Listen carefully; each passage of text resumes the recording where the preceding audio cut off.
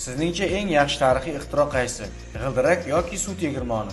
Suv tegirmoni insonlarga donni maydalash uchun xizmat qilgan, lekin bu yerda eng muhim ixtiro bronza davrida yaratilgan g'ildirak hisoblanadi.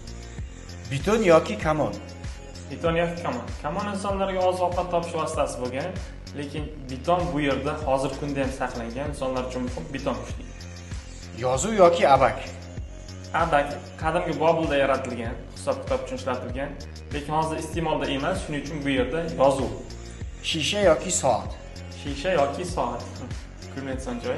Bu yerda soat. G'ildirak yoki beton? G'ildirak yoki beton.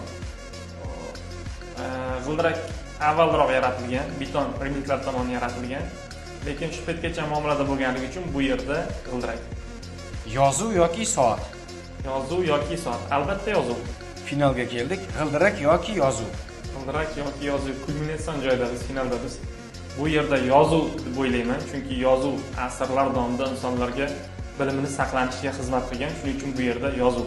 Insoniyat tarixida juda ham ko'plab tarixiy ixtirolar qilingan va ular amalda foydalanadi.